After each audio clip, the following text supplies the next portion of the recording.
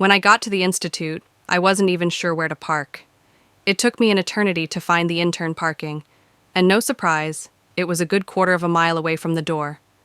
Maybe I'm exaggerating, but that's what it felt like. When I got inside, I was welcomed by a cheery front desk lady.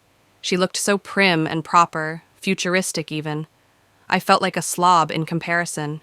She directed me to the wing where I'd be working, studying ultimately under Dr. Schumann, a disciple of Dr. Kramer himself. I'd be lying if I said I wasn't teeming with excitement. I found the research wing they'd directed me to, and went into the main office up front. It was a direct approach, but I didn't know where else to look. Sure enough, one of Dr. Schumann's immediate subordinates, Dr. Hall, was inside and noticed me. "You must be Chester Donahue," he greeted me with a smile. He was bald and lanky, with brown eyes and a clean shave. "How'd you know?" I chuckled dully, sure my professor warned him that I had a faux hawk. "Definitely wasn't the hair," he playfully cut his eyes at me. We both chuckled. "Well, now, Chester, I'd say you're a very lucky man to be here. It's your dream to eventually work for us, correct?" "Absolutely," I nodded. "I've always been obsessed with artificial intelligence, ever since I was a kid. And this is the top place in the country to advance it." "Country?" he snickered. "Try world." Seemed aggrandized to me at the time.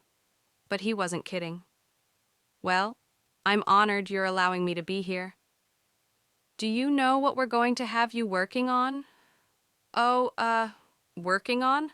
I thought I was going to be shadowing you, Doctor." No," he replied, "not quite. Follow me."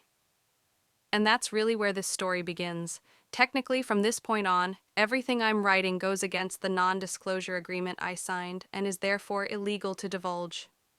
But I've got to write this out somewhere. It's too crazy. I can't keep it in anymore. He took me to some large steel doors and had me leave my phone in a cubby outside. Then he scanned his badge and we stepped inside a long hallway. "From here on out, Chester, what you see stays here. No stories for the friends and family, or wife." He looked down at my finger. "Fiancé?" I smiled. "Ah," he nodded. "Well, not her either. This is all sensitive. And while we won't be sharing with you most of our research, the tests in which you will partake cannot be disclosed to anyone." The sternness in his voice made me a little uncomfortable, if I'm being honest.